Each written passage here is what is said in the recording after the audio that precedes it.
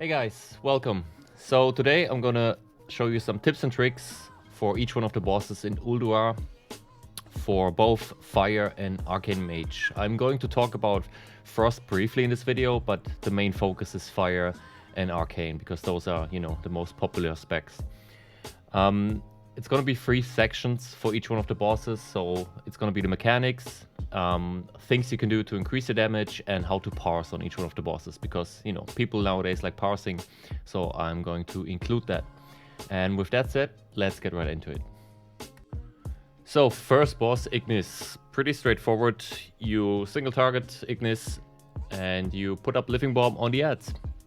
When he's casting Flame Jets, which is launching up the whole raid, like you see here, you want to blink that unless you have something better to do, because you want to maximize uptime. In my case, I was able to put up Living Bombs that just expired, so I did not blink. In general, if you're losing cast time, getting launched up, use your blink to get back on the ground. For Arcane, we are ignoring the ads completely, fully single target on Ignis, and we are flame warding the Flame Jets, which is making use of the Incanter's Absorption talent. As you can see right here on the top right, I'm getting the buff, increasing my spell damage. I did not have the weak aura that you can find in my Discord. It shows how much spell damage you get. So I briefly opened my character window to see, and I was rocking 4,600 spell damage with that buff, which is pretty nice. And that way you increase the damage, right? So pure single target, flame ward, the flame jets, and go ham. Razorscale for Fire Mage, pure single target. There is nothing else to it. You just go through your rotation, you use combustion with your trinket procs ideally, and you go ham. He will launch up the raid, same as Ignis, so you want to blink that. And that's pretty much it. Only damage to Ignis counts to your parse. The first phase with the ads does not count to your boss parse. For Arcane, you want to again make use of your Fire Ward and your Incanter's Absorption. You will want to step into the flames to get that sweet spell damage buff, and you purely single target Razorscale. Nothing else to it. Hope for crits and get lucky. XD Deconstructor. All damage counts, so life spark damage, add damage, and damage to the boss obviously counts to your parse. Ideally, you want to pop your combustion when the heart first gets revealed, so you maximize that sweet damage.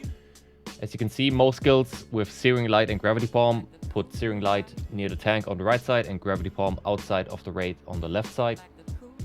Obviously, it depends how your guild or raid does that. Hope you get lucky and you don't get many Gravity Palms or Searing Lights to minimize movement. Other than that, mostly single target.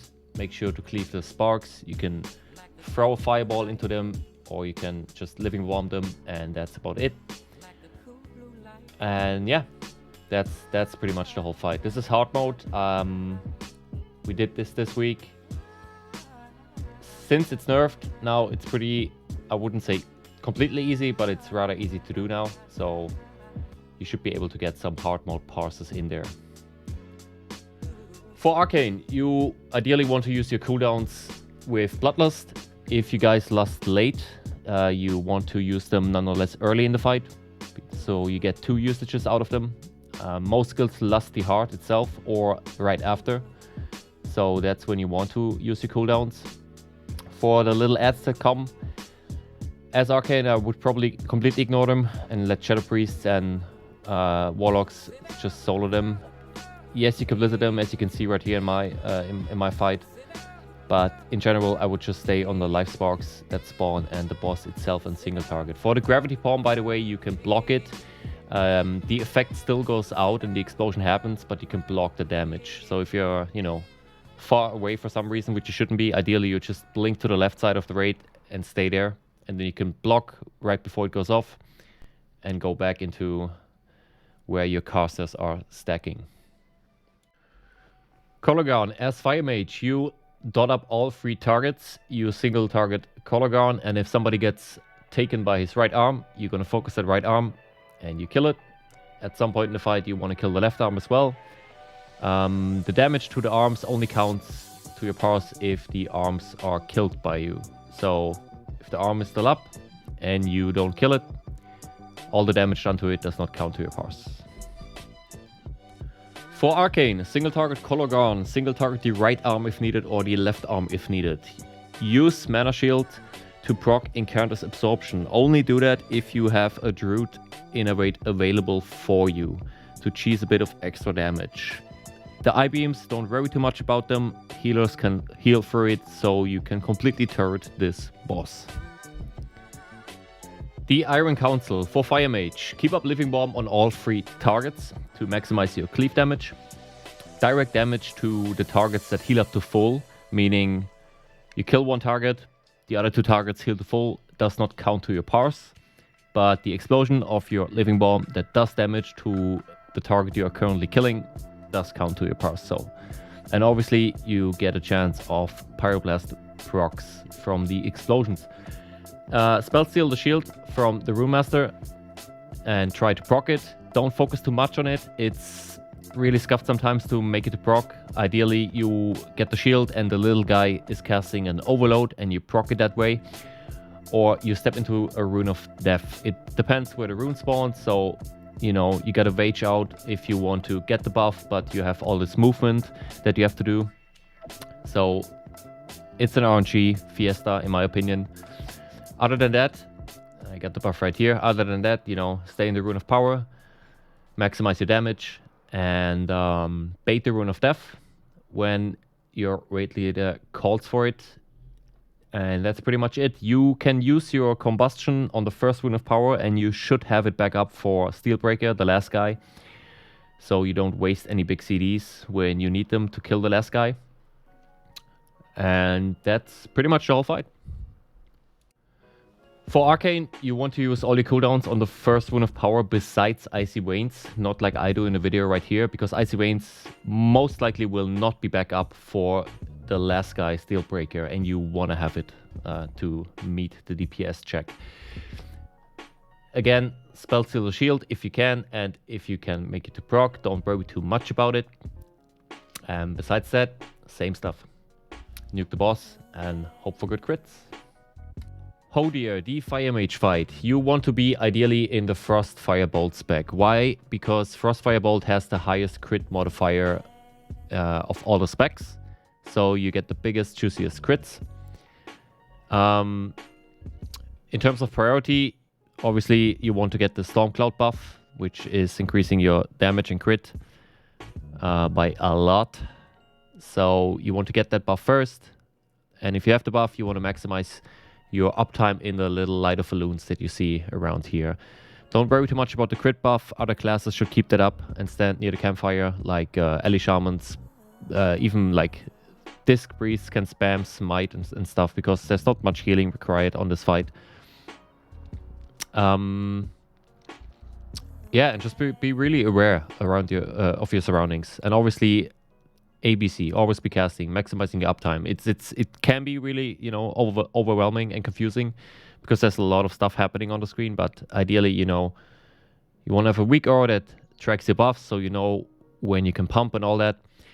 In terms of doing damage, if you have the buffs you want, Stormcloud, and you're standing in the light, then you want to only be casting Frostfire Bolt and not casting your Pyroblast procs. You only want to cast them if you are forced to move, because Frostfire Bolt spam is just too good to ignore. And that's pretty much the whole fight. For Arcane, same stuff really. You want to make sure you get Stormcloud. You want to maximize your uptime in terms of always be casting and standing in the light. You want to use your Frost Ward to proc Incanter's Absorption. And yeah, that's pretty much it. For both specs, if you have, you know, all the buffs, you're standing in the light, you want to use a potion of Wild Magic rather than a speed potion, because you're going to be, you know, casting pretty fast nonetheless. So potion of speed is not really needed on this fight. For pre-pot, you use potion of speed, not during the fight. Cat Lady Ayaya. Depending on how your guild pulls this boss, you may or may not want to pre-pot this boss. All bosses that I've mentioned so far, by the way, you are using a pre-pot. You want to put Living Bomb on the little cats, they counter your powers.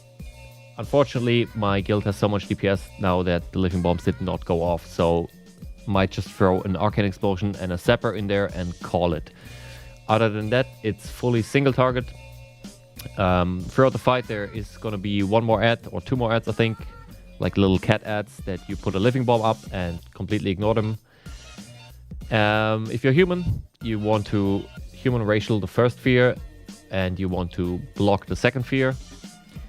If your priests are smart, they fear ward themselves and then master spell the fear immediately. And that's pretty much the whole fight. Stack on the tank, obviously, and hope for crits. As Arcane, you completely ignore the ads. You just single target the boss and do the same things as you do as Fire in terms of mechanics. If you're human, use your human racial on the first sphere, block the second one. And yeah, that's the whole fight. Thorim. So for this fight, only damage to Thorim counts to your powers. The little hallway section that you see right here does not count to your powers. For the little hallway itself, don't stand near melee range on the little ads because they stun and you don't want to get stunned.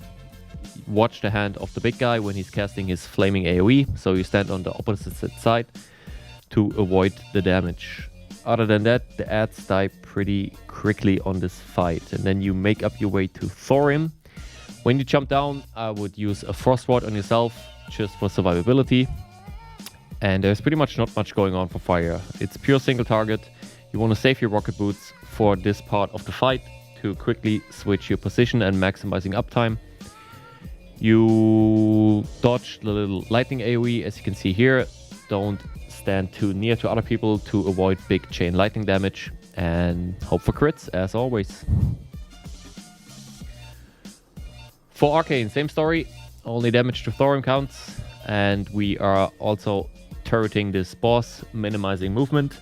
You want to make use of your Frost mod big time here, which means that you can get lucky and get a whole mana bar in return thanks to your talents that you spec into. And yeah, big single target damage. Hope for the best. Make use of your Frost Rod to proc Incantus Absorption. And as always, hope for crits. Freya, good Fire Mage fight. Really good Fire Mage fight. So you want to not pre-pot this fight. This is the first boss that you see here that you don't want to pre-pot. You will want to stand under the mushrooms on this big ad right here. If this is the first ad phase, then you want to use your combustion, or if the free medium ad spawn, you will also use your first combustion. Block off the little storm debuff that this big tree is putting out to immediately get rid of it, and dodge the sunbeams. When the free little ads spawn, you want to dot them up all, and also Freya herself, and you single target the Snap Lasher. That's your priority as a range DPS. The healing trees that spawn, you also want to nuke them immediately, and you want to obviously also kill people that are stuck in roots. Not kill them, but kill the roots itself. And play smart. There's a lot of stuff sometimes happening. You could die to stupid things. Just ABC, always be casting. Minimizing movement, maximizing uptime. The little ads.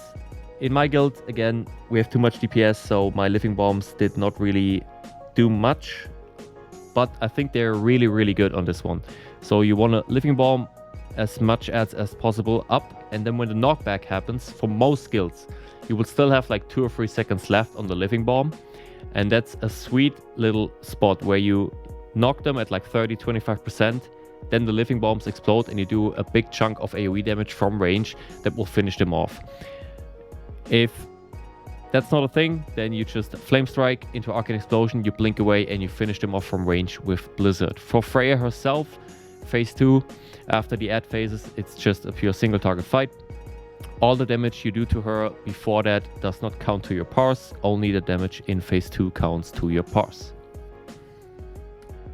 As Arcane, I would use all my cooldowns besides Icy Veins on the first Snap Lasher phase or the first big tree, and you should have Arcane Power and all that good stuff back up for Freya herself. You have less AoE, so you're a bit weaker on this fight in my opinion, but you have good nuke potential, so that's also an upside. really Arcane and Fire both perform really well on this fight. Same thing as Fire. You want to maximize your uptime on everything that you see. You want to block the little debuff that you get. You want to avoid the sunbeams. And yeah, that's the whole fight in general. It's a pretty cozy fight. A lot of people don't like this fight. I really enjoy it. I don't know why. I just like the fight. And in this fight, this was like I think it was week 1 or week 2. So we have a little bit less DPS. And maybe we can see a good ad phase here. So here the little ad spawn, we all stack. And as Arcane, you have better AoE in that sense, I feel like. So I get like 5-6 Arcane explosions in there. I blink away. And then we are nuking them from far. That's the whole fight. Firefighter, Fire Mage. A lot of guilds do it differently. Some guilds lust the 2nd phase, some guilds lust the 4th phase. Not really a big concern for Fire Mage. You want to use your first combustion on the 2nd phase. First phase, purely single target. 2nd phase, purely single target. I'm not going over all the mechanics of the fight, just, you know, the basics. Avoid fire, avoid missile barrage on the 2nd phase. Avoid the little water bots on the 3rd phase because they silence. You don't want to stand near them or you get silenced. Yeah, that's pretty much in terms. There's just a lot of movement, so always make sure you have something to do, whether it be putting a fire ward to give yourself survivability, whether it be putting up a healthstone in the correct time. Using fire ward really helps here, by the way, even as Fire Mage. And yeah, a lot of movement benefits Fire. Last phase is the juicy phase for Fire. You have 3 targets all in execute range. You living bomb them all up. And you just completely nuke them. Starting as caster, you kill the head first. On the 3rd phase, which you can see here, all damage counts, by the way, to everything. The only thing you want to do, though, is single target the head and put up living bomb and living bomb the assault bots that are running around. Those are the big bots. The small bombs and bots you just completely ignore. For the last phase, as mentioned, living bomb everything. Ideally, I feel like so. I haven't done it yet and I haven't looked at logs. You want to stagger your living bombs. So you don't want to tap target living bomb, tap target living bomb, all 3 at the same time. You want to living bomb the head and just throw fireball or frost firebolt at it, and then living bomb the next target and rinse and repeat to stagger those living bomb explosions, so you can have you can make use of your pyroblast procs, right? Because if all 3 living bombs explode and they all crit at the same time, you might be wasting a pyroblast. And that's the fight. A lot of stuff happening, but good awareness. As you can see, that on the screen right here is the key to this fight. And always hope for crits. For Arcane, it's the same deal. Pre-pot, and yeah, it usually performs a bit weaker because there's a lot of movement. However, the benefit for this spec on this fight is that you have downtime where you can evocate. So you always have mana and probably never have mana issues on this fight, really. The big thing here is Incanter's Absorption gets pretty much a lot of uptime because you constantly spam your fire ward and you will constantly get benefit from it. If you don't get benefit from it, you just step quickly into the fire, honestly. Proc the fire ward, your healer should not have an issue healing that up. Same thing, you only single target the boss on the 3rd phase. If the raid leader calls for help on the assault bots, you swap to them, obviously. You use your cooldowns ideally on the 2nd phase with Lust. If you guys lust the last phase, use them regardless on the 2nd phase, and then you should have them back up for the 4th phase. And the rest is the same. It's really being aware of your surroundings, and the fight is always different. So there's not like a, you know, biz scheme on how to approach this fight. It really comes down to how your guild does it and what's happening during the fight, how the fire approaches you. Always be casting, minimize downtime, and you should be good to go. General Vezax, you start the fight not pre-potting. We are wanding until the first Shadow Crash happens. And then we are only casting spells inside those black puddles. You want to be standing on the edges of those black puddles to over time increase the size of them, so your casters have a bigger area to stand in. You can use the first set of cooldowns on the first phase. Yes, it's more damage. It doesn't really matter because you will have a downtime eventually and you have to wait because you don't want to do more damage to Vezax until he reaches 5%. That's also what counts to parses. Everything up until 5% of his health counts to your parse. And when he reaches 5%, no more damage counts to your parse until the ad spawns. When the ad spawns, obviously all that damage counts to your parse again. When you get the mark, I would save my block on the first phase of this fight and just blink away or rocket boots away. And when you get a mark during the ad phase and you have block available, it's really nice because you can just block it off and have uptime on the ad again. Threat is a thing here, so make use of your invisibility and your mirror images. Ideally, use your mirror images right when the ad spawns, and use your invisibility if you still have threat issues. If you didn't know, invisibility, each second you drop a big chunk of threat each time it ticks. If you still have issues, call for a bob or a hand of salvation. You ideally want to have, as Fire Mage especially, around 50 to 60% mana going into the ad phase. As Arcane, you can have a bit less. But you can see here on my ult, I'm rocking closely to 50%. And I think towards the end of the fight, I am close to getting So really be aware of your mana during this fight. And that's pretty much it.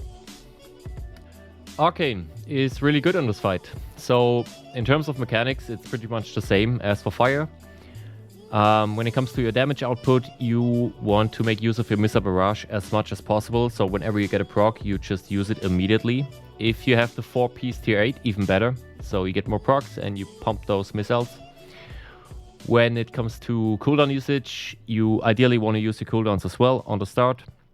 And then have them back up for the ad phase. We don't pre-pot, but I forgot to mention this, we use Potion of Wild Magic when the ad spawns. Not Speed Potion because you cast so freaking fast already. And a fun fact, if for some reason your second off-spec is Frost, then you can play Frost on this fight, because surprisingly it performs really well according to the logs. I have never done it, but if you want to, go for some cheesy parses or whatever, you could spec Frost on this fight. Yogg-Saron, you want to pre-pot Flame Cap on this fight, and you want to dodge everything you see, because everything counts to your parse here. Phase 1, dodge the clouds, kill the ads, nothing to it. Phase 2, you prior constructors first, and then you kill crushers and dot up the corruptors, I think they're called. Yeah, you dot up the corruptors as well, so everything in your range you just dot up with Living Bomb and single target the crushers as range. In terms of mechanics, I'm not really going too much into detail. I mean, you guys know the fight if you've done it. Run away from my lady. If you get Soul Link, or whatever it's called, the link, you stand next to your guy. Avoid having too much sanity lost. The more sanity you have going into phase 3, the more greedy you can be. And that's phase 2. Maximize damage, and you will have a big chunk of sanity going into phase 3. Not like me here, which is sub 50, which is not ideal. Phase 3, you pop your cooldowns, your pots, whenever your guys using your lust here. And then we single target the Yogg-Saron, and we Living Bomb everything that we see. Depending on what light you do, if you do light 0, 1, 2, or 3, you could also just Zapper AoE those ads, because they die rather quickly with, enough assistance from the Guardians. Other than that, if you look away, AoE, and if you look towards Yogg-Saron again, you single target him and kill the boss. For Arcane, a bit weaker on this fight, but the strategy and your cooldown usage is pretty much the same. You want to use your first set of cooldowns in the beginning of phase 2. We don't pre-pot Flame Cap. We just don't pre-pot at all. We just use our potion on phase 3. Ideally, you want to use your evocation right before phase 3 happens. It depends on how many portal phases you have in phase 2. And yeah, same thing as fire. What I forgot to mention is if you get caught in a constructor, you can immediately block it to get out of it. If you get melee, you don't want to block it because if people are in range and you block it, it jumps right to the next target and you pretty much grieve another raid member. So don't block that, just sit it. And same thing. If you go into phase 3 and you have good mana, then you can spam Arcane Explosion with enough adds alive and it benefits your overall DPS. However, you lose single target DPS, and if your raid leader calls for big damage on Yogg-Saron, then you obviously don't want to spam too much Arcane Explosion there. There has been a bug, I don't know if it has been fixed. If you are below 40 sanity in phase 3 and you don't look away, for some reason you get a full mana bar at the end of his staring gaze or whatever. It's not just mana, it's also energy for rogues. I've seen it happening. So maybe that's still a thing, I don't know. But just a quick little thing to keep in mind. If you are like 30% mana, you don't have evocation, mana gem or anything, you don't look away, you just take the hit and you might get a full mana bar that way. So Algalon. Algalon really is a good fight for Arcane Mages. I've never done it as Fire Mage. I would assume it's slightly worse. And you are probably a more valuable raid member if you are Arcane. However, that does not mean that you cannot be Fire for this fight. In general, if you're progressing on this fight, because a lot of guilds have not killed this one yet on 25 man, I would suggest you go Arcane. For the mage itself, it's really a pure single target fight with a few mechanics here and there. So you can see this ability Cosmic Smash, you want to use your Fire Ward for it. And you get a good chunk of spell damage if it explodes. You want to make sure you get into the black holes when the big bang happens. And you want to be outside of that black hole immediately when you get in. So you go in and you move to the side. When you get into the black hole, you can use your mirror images if the little ads hit you. So you minimize damage taken to give your healers a bit more breath. And this fight is carried by your healers and tanks. So all you gotta do is single target the shit out of Algalon. Usually the lust happens in the start. That's when we use our cooldowns. We do not pre-pot this fight. We could, if you are Fire, use Flame Cap because there's a little bit of an RP in the beginning. Yeah, maybe not. It's up to you. Only damage to Algalon counts. All the damage to constellations is excluded. And yeah, that's pretty much it. Use your Fire Ward on cooldown. If you want to min-max a bit and you have DBM when the boss starts, and the DBM timer of Cosmic Smash is around 23 seconds, then you use your Fire Ward and then you continuously spam it from that point on. The closer you stand to the Cosmic Smash, I think at least, the more damage you take. So be aware of that as well. And that's pretty much all fight. So guys, that's it for me and this little Ulduar guide for mages. If you want to see more of this type of content, then feel free to subscribe and let me know in the comments down below what you want to see next. I drop a link to my Discord and my Twitch in the description down below, and I'll see you guys in the next video. Peace.